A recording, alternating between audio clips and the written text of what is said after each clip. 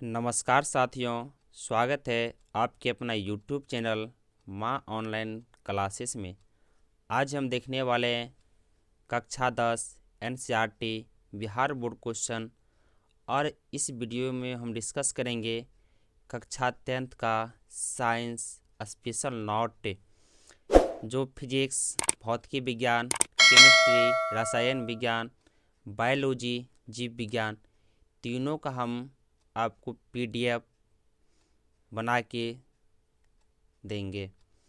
और यहाँ पे देखिए, स्टार्ट करने वाले आज हम फिजिक्स।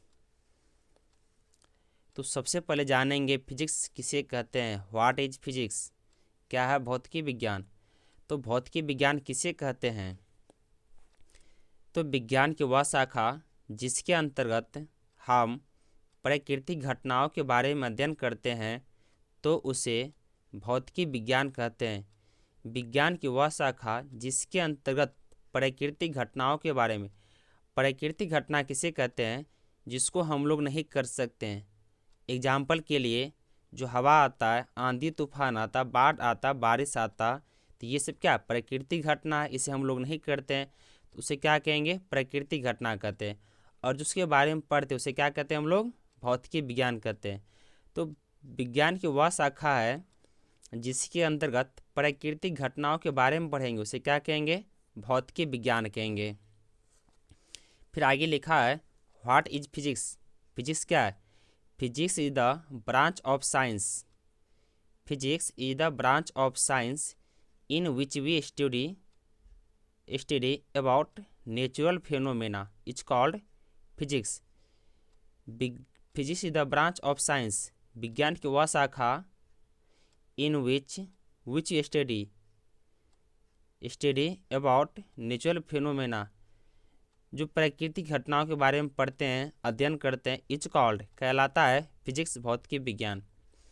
आगे जानेंगे the father of physics. Answer क्या होगा, न्यूटन। भौतिकी विज्ञान के पिता कौन है, न्यूटन है। अब यहाँ पे देखना आपको कि भौतिकी विज्ञान के अंदर कौन कौन टॉपिक है, कौन कौन चैप्टर है, इसको भी जान लेते हैं। सबसे पहला आपका स्टार्ट होता है यहाँ पे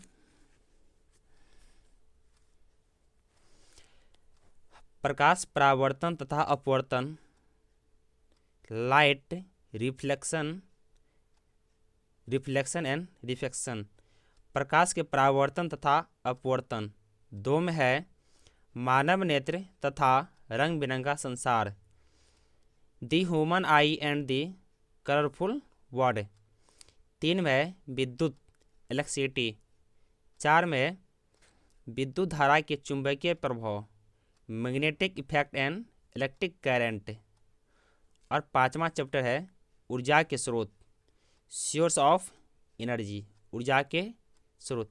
तो ये आपके 5 चैप्टर है भौतिकी विज्ञान में, फिजिक्स में। तो सबसे पहले हम जानेंगे प्रकाश के परावर्तन तथा अपवर्तन, इसके बारे में जानेंगे। तो आइए जानते हैं। कहते हैं दोस्तों, एक दिन में सफलता नहीं मिलती है, एक दिन में सफलता नहीं मिलती है, लेकिन एक दिन जरूर सफलता मिलती है। यहाँ पे देखेंगे यूनिट क्या है, 1 है। चैप्टर का नाम हो गया प्रकाश परावर्तन तथा अपवर्तन। तो सबसे पहले जानना है प्रकाश क्या है, किसे कहते हैं प्रकाश। तो प्रकाश क्या है, प्रकाश एक ऊर्जा है जो किसी दीप्त वस्तु से निकलकर जीवधारियों के नेत्र पर पड़ती है तो हमें देखने की अनुभूति प्रदान होती है। प्रकाश एक ऊर्जा है, प्रकाश क्या एक ऊर्जा है जो किसी दीप्त वस्तु से निकलकर, जो किसी वस्तु से निकलने के बाद जीवधारियों के नेत्र पर पड़ती है। जीवधारियों, जो इंसान होता है, जीव जंतु होता है, उसके आँख पर पड़ती है। पड़ने के बाद हमें देखने की अनुभूति प्रदान होती है, तो उसे क्या कहते हैं, प्रकाश कहते हैं। समझ गए आप। तो यहाँ से क्वेश्चन बनता है आपका ऑब्जेक्टिव, प्रकाश क्या है। तो प्रकाश एक ऊर्जा है जो किससे निकलता है, दीप्त वस्तु से निकलता है, और हमें क्या होती है, अनुभूति प्रदान होती है। किसकी होती है, देखने में। किससे होती है, प्रकाश से होती है। तो क्वेश्चन ऐसे पढ़िए कि आपको क्वेश्चन जो सब्जेक्टिव वो भी याद हो जाए, प्लस ऑब्जेक्टिव भी याद हो जाए। या आप दूसरी भाषा में कह सकते हैं प्रकाश एक भौतिक कारक है जो हमें किसी भी वस्तु को देखने में मदद करती है, तो उसे क्या कहते हैं? प्रकाश कहते हैं। आगे देखते हैं प्रकाश के गुण। प्रकाश के क्या क्या गुण है? तो प्रकाश सीधी रेखा में गमन करती है। प्रकाश कैसे गमन करती है? सीधी रेखा में। जब आप कहीं पे लाइट बारते हैं, टॉर्च जलाते हैं, तो रोशनी सीधी जाती है, न कि टेढ़ी मेढ़ी जाती है। तो यहाँ पे लिखा हुआ प्रकाश सीधी रेखा में गमन करती है। 2 में है प्रकाश का निर्वात में वेग 3 गुना 10⁸ मीटर पर सेकेंड होता है। 3 में लिखा हुआ है प्रकाश का वेग निर्वात एवं वायु में सबसे अधिक होता है। यह एक प्रकार का ऊर्जा है। एग्जाम में आपको क्वेश्चन पूछेगा प्रकाश क्या है, 4 ऑप्शन देगा। तो प्रकाश एक ऊर्जा है। प्रकाश कैसे गमन करती है? ऑप्शन देगा। पहला ऑप्शन होगा सीधी, बी में होगा टेढ़ी मेढ़ी, सी में होगा दोनों, और डी में होगा इनमें से सभी। तो आपका सही जवाब क्या होगा? प्रकाश कैसे गमन करती है? तो सीधी रेखा में गमन करती है। ठीक, आगे चलते हैं। आगे है आपका किरण। किरण किसे कहते हैं? प्रकाश की गमन पथ की दिशा को किरण कहते हैं। प्रकाश की गमन पथ की दिशा को किरण कहते हैं। तो पथ क्या होता है भाई साहब? पथ बोलते हैं रास्ता को। प्रकाश जिस होके जाता है, जिस होके रास्ता, तो उसे क्या कहते हैं? किरण कहते हैं। और किरण पुंज किसे कहते हैं? किरणों के समूह को किरण पुंज कहते हैं। किरणों के समूह को किरण पुंज कहते हैं। जहाँ पे एक से अधिक किरण निकलती है, एक से अधिक किरण एक रास्ता से निकलती है, तो उसको क्या कहते हैं? किरण पुंज कहते हैं। आगे है समांतर किरण पुंज। समांतर किरण पुंज, जिस किरण पुंज की सभी किरणें समांतर होती है, तो उसे क्या कहते हैं? समांतर किरण पुंज कहते हैं। जो किरण निकलती है एक साथ, इन सब का जो दूरी हमेशा डिस्टेंस बराबर होती है बीच के, उसे क्या कहते हैं? हम लोग समांतर किरण पुंज कहते हैं। फॉर एग्जाम्पल में देखिए, इसकी दूरी हमेशा क्या रहेगा? बराबर रहेगा। इसे क्या कहेंगे? समांतर किरण पुंज कहेंगे। देखिए दोस्तों, अगर आपको वीडियो अच्छा लग रहा हो तो आप अपने चैनल को सब्सक्राइब करना ना भूलिएगा, माँ ऑनलाइन क्लासेस को, और दोस्तों को शेयर कीजिएगा। लाइक सब्सक्राइब तो करना ही है आपको। आगे है अभिसारी किरणपुंज किसे कहते हैं? अभिसारी किरणपुंज किसे कहते हैं?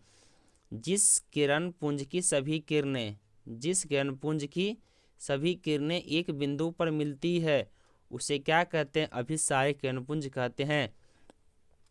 यहाँ से किरण आके यहाँ पे मिल गया, इधर से आके मिल गया, इधर से आके मिल गया, इधर से आके यहाँ पे मिल सकता, तो उसको क्या कहेंगे? अभिसारी किरणपुंज कहेंगे। कहने का मतलब, अगर मान लीजिए 10 भाई साहब है, 10 भाई साहब आके एक ही बिंदु पर मिलेगा, तो उसे क्या कहेंगे? अभिसारी किरणपुंज कहेंगे। ये सब क्या है? किरणपुंज है। सब आके एक बिंदु पर मिल गया, तो उसे क्या कहेंगे? अभिसारी किरणपुंज कहेंगे। फिर 2 में लिखा अपसारी किरणपुंज किसे कहते हैं? अपसारी किरणपुंज किसे कहते हैं? जिस किरणपुंज की सभी किरणें विभिन्न दिशाओं में फैल जाती है या छितरा जाती है, तो उसे क्या कहते हैं? अपसारी किरणपुंज कहते हैं। अगर यहाँ पे बिंदु है, यहाँ सब फैल गया, अलग अलग दिशा में चला गया, तो उसे क्या कहेंगे हम? अपसारी किरणपुंज कहते हैं। एक बिंदु से सभी दिशा में फैल जाएगा, तो उसे क्या कहेंगे? अपसारी किरणपुंज कहेंगे। अगर सभी दिशाओं से आकर एक बिंदु पर मिल जाएगा, तो उसे क्या कहेंगे? अपसारी किरणपुंज कहेंगे।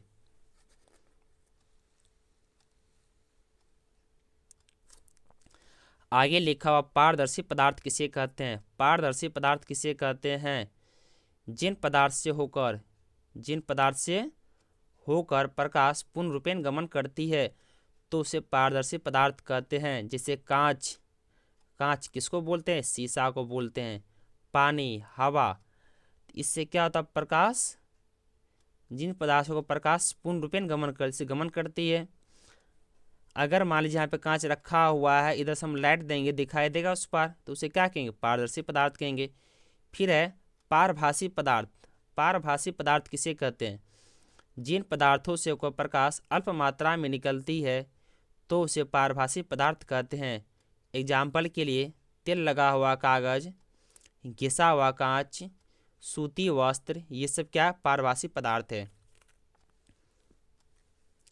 आगे लिखा हुआ है अपारदर्शी पदार्थ किसे कहते हैं। अपारदर्शी पदार्थ किसे कहते हैं?